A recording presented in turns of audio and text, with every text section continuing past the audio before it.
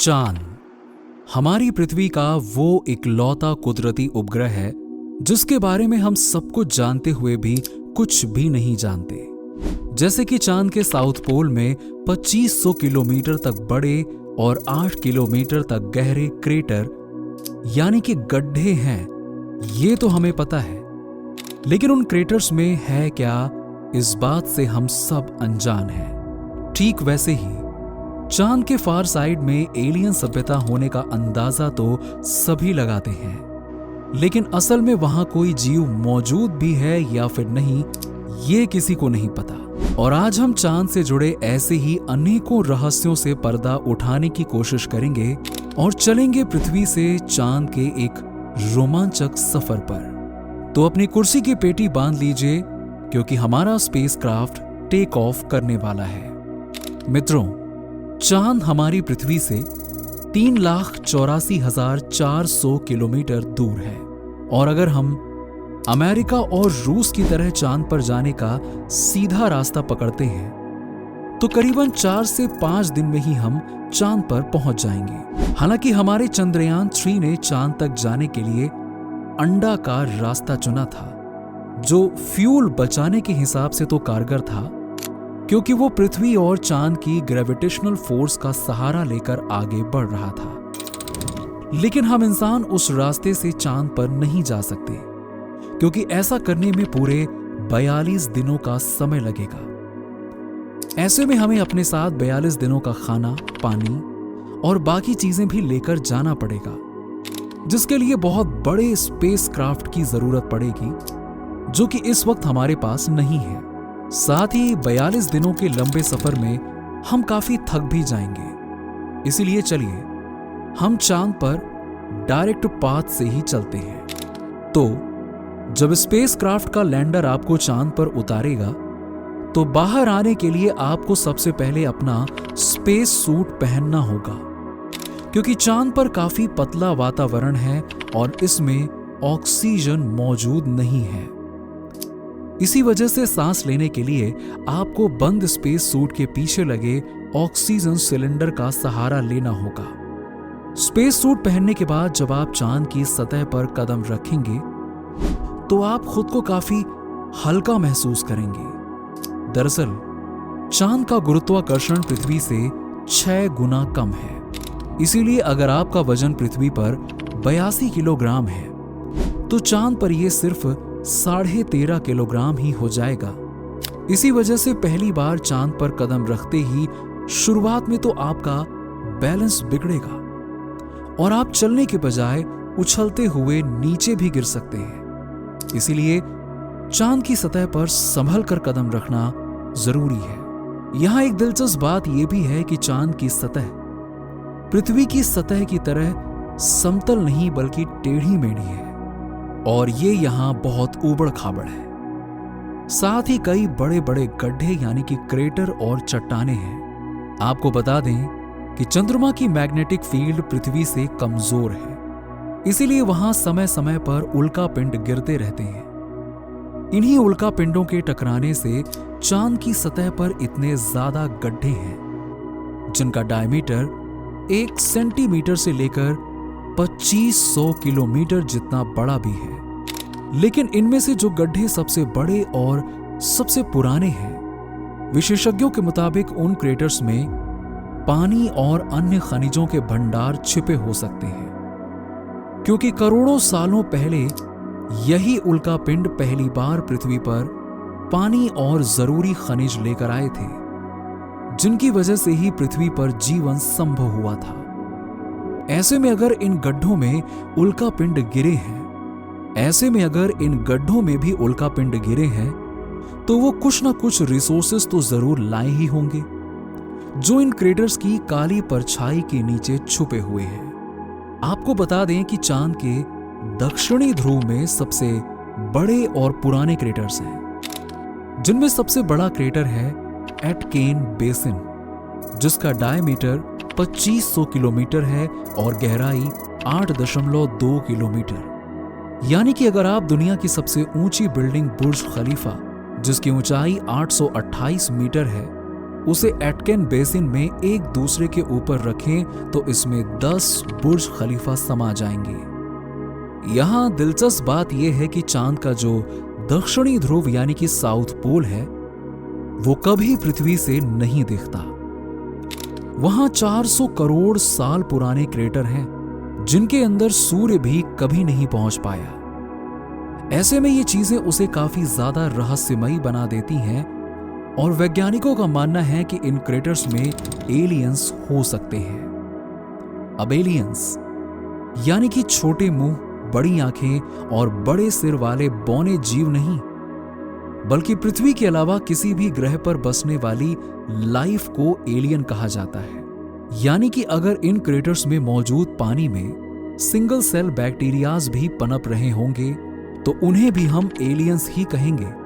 और चंद्रमा पर मौजूद इन्हीं गहरे क्रेटर्स के अंदर छिपे रहस्यों से पर्दा उठाने के लिए ही अमेरिकी स्पेस एजेंसी नासा, रूस, चीन और इसरो समेत दुनिया की सभी space agencies last human moon landing mission के करीबन 50 सालों बाद फिर से चांद में दिलचस्पी दिखा रहे हैं। वहीं चांद की मिट्टी यानी कि लूनर सोइल बिल्कुल ज्वालामुखी से निकलने वाली राख जितनी पतली है और इसका रंग भी पृथ्वी के मिट्टी से ज्यादा डार्क, बिल्कुल सीमेंट की तरह होता है। इस मिट्टी में खुरदुरापन ना होने की वजह से आप जैसे ही इस पर अपना कदम रखेंगे तो आपके पैरों के निशान बन जाएंगे। इसी वजह से चांद पर सबसे पहले कदम रखने वाले एस्ट्रोनॉट नील आर्मस्ट्रॉन्ग और बज एल्ड्रिन के पैरों के निशान आज भी मौजूद हैं। चांद को लेकर एक रोमांचक बात यह भी है कि रात के समय में चांद का तापमान -130 डिग्री तक पहुंच जाता है, जबकि दिन के समय में यही तापमान 120 डिग्री सेल्सियस तक बढ़ जाता है। वैज्ञानिकों के द्वारा की गई खोज के मुताबिक चांद के हर हिस्से का तापमान अलग अलग होता है। अब दोस्तों, ये तो आपको पता ही है कि चांद हमारी पृथ्वी का एकमात्र कुदरती उपग्रह यानी कि नेचुरल सैटेलाइट है। लेकिन क्या आप जानते हैं कि यह सूरज से सबसे पास वाली नेचुरल सैटेलाइट भी है? क्योंकि सूरज के पास पहले 2 ग्रह हैं, बुध और शुक्र, जिनके पास अपना मून नहीं है। ऐसे में तीसरे प्लैनेट यानी कि पृथ्वी का मून ही सन के सबसे पास है। इसी वजह से हमारा चांद गुरु या शनि ग्रह के मून से ज्यादा चमकता है। इसी वजह से कहा जाता है कि आसमान के सभी तारे रात को एक साथ मिलकर भी आसमान को उतना रोशन नहीं कर सकते जितना अकेले चंद्रमा रोशन कर सकता है। इसी वजह से कहा जाता है कि आसमान के सभी तारे रात को एक साथ मिलकर भी आसमान को उतना रोशन नहीं कर सकते जितना अकेले चंद्रमा कर सकता है। लेकिन क्या कभी आपने सोचा है कि क्या चंद्रमा दोपहर के सूरज जितनी रोशनी भी कर सकता है या फिर नहीं? तो यहां हम सभी जानते हैं कि चंद्रमा की खुद की कोई रोशनी नहीं है, बल्कि यह सूरज की रोशनी को रिफ्लेक्ट करके ही चमकता है।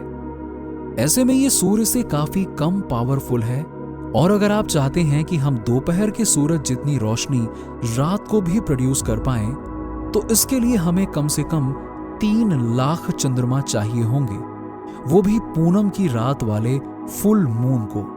मित्रों, चांद के बारे में बातें करते करते हम ये तो भूल ही गए थे कि अब हम भी तो वहां पे खड़े हुए हैं और यहां से दिखता है एक खूबसूरत नजारा। जी हां, जब आप चांद से अपनी नजरें ऊपर की तरफ करेंगे तो आपको हमारी पृथ्वी भी दिखाई देगी। जी हां, जैसे पृथ्वी पर चांद का उदय होता है वैसे ही चांद पर भी पृथ्वी का उदय होता है। बस फर्क इतना है कि पृथ्वी से देखने पर चांद काफी छोटा लगता है और चांद से देखने पर पृथ्वी बहुत बड़ी दिखाई पड़ती है। और यहां से धरती की खूबसूरती आप देखकर मंत्रमुग्ध हो जाओगे। अगर आप चांद के उत्तरी ध्रुव पर लैंड करोगे तो आपको अपने आसपास भूतकाल में फैले हुए स्पेस मिशंस के स्पेसक्राफ्ट और सैटेलाइट्स के टुकड़ों के साथ ही अगर आप चांद के उत्तरी ध्रुव पर लैंड करोगे तो आपको अपने आसपास भूतकाल में फैले हुए स्पेस मिशन के स्पेसक्राफ्ट और सैटेलाइट के टुकड़ों के साथ प्लास्टिक बैग में भरा हुआ कूड़ा भी दिखेगा। ये कूड़ा नासा के उन 12 एस्ट्रोनॉट्स ने फेंका है जो चांद पर जा पाए हैं। दरअसल इन बैग्स में उनका मलमूत्र और खाने के रैपर्स वगैरह का वेस्ट है। वहीं अगर आप चांद के दक्षिणी ध्रुव पर यानी कि उस जगह पर उतरते हो जहां 5 साल पहले चंद्रयान 2 क्रैश लैंड होकर गिरा था, तो वो आज भी आपको उतनी बुरी कंडीशन में नहीं मिलेगा, क्योंकि क्रैश लैंड होने के बाद ना तो वो बारिश और ना ही तूफानी बवंडर से रूबरू हुआ है। इसीलिए अगर आप उसे अपने स्पेसक्राफ्ट में फिट करके पृथ्वी वापस ले आएं, तो उसे ठीक करके वापस भेजा जा सकता है। अब अगर आप सोच रहे हैं कि पृथ्वी की तरह ही चांद पर भी आप अपने को-वर्कर से बातचीत करते हुए रिसर्च मिशन कर सकते हैं, तो आपको बता दें कि यह मुमकिन नहीं है, क्योंकि चांद पर वातावरण ना होने की वजह से साउंड वेव ट्रैवल नहीं कर पाती। यानी कि अगर आप अपने साथी को कुछ बोलेंगे तो वो आपके होठों को हिलते हुए तो देखेगा, लेकिन आपकी आवाज नहीं सुन पाएगा। इतना ही नहीं, चांद पर आपको अपनी आवाज तक सुनाई नहीं देगी, मानो जैसे मोबाइल की तरह किसी ने आपको भी साइलेंट मोड पर डाल दिया हो। हालांकि एस्ट्रोनॉट्स चांद पर एक प्रेशराइज्ड स्पेस सूट पहनकर रखते हैं, जिसमें साउंड वेव को ट्रैवल करवाने के लिए नाइट्रोजन और ऑक्सीजन की मदद से कृत्रिम वायुमंडल बनाया जाता है। साथ ही इन्हें एक माइक्रोफोन वाली हेडफोन भी पहनाई जाती है, जिसके जरिए ये अपने साथी और कमांड सेंटर की आवाज सुन सकते हैं और जवाब भी दे सकते हैं। दोस्तों, कुछ देर पहले हमने आपको बताया था कि चांद के दक्षिणी ध्रुव को पृथ्वी से देखा नहीं जा सकता, मगर ऐसा क्यों? सवाल तो ये भी है। तो आपको बता दें कि जहां चांद अपनी धुरी पर चक्कर लगाने में 28 दिन लेता है, वहीं इसे पृथ्वी का चक्कर लगाने में भी उतना ही समय लगता है। इसीलिए हम आज तक चांद का सिर्फ एक ही हिस्सा देख पाए हैं, और अगर आप चांद के पिछले हिस्से के अंधेरे वाले इलाके में पहुंच भी गए, तो आपके साथ काफी खौफनाक चीजें हो सकती हैं। आपको बता दें कि चांद पर कई सालों से रिसर्च कर रहे कुछ वैज्ञानिकों का यह भी कहना है कि भूतकाल में वहां कोई एलियन सभ्यता बसी थी, और आज भी चांद के डार्क जोन में एलियन मौजूद हो सकते हैं। हालांकि आज तक किए गए सभी मून मिशन में हमें उनकी मौजूदगी का कोई पुख्ता सबूत नहीं मिल पाया है। तो दोस्तों, क्या वाकई में चांद पर एलियंस हो सकते हैं? और क्या आपको फ्यूचर में मौका मिले तो चांद के रोमांचक सफर पर आप जाना चाहेंगे? कमेंट्स करके बताइए। ये वीडियो अच्छा लगा हो तो लाइक और शेयर करके हमारे इस नए चैनल को सपोर्ट कीजिएगा, और स्पेस साइंस से जुड़े ऐसे ही दिलचस्प वीडियो के लिए LETV को सब्सक्राइब करके पास वाले बेल आइकन को प्रेस करना मत भूलिएगा। चलिए, मिलते हैं आपसे अगले वीडियो में। Bye bye.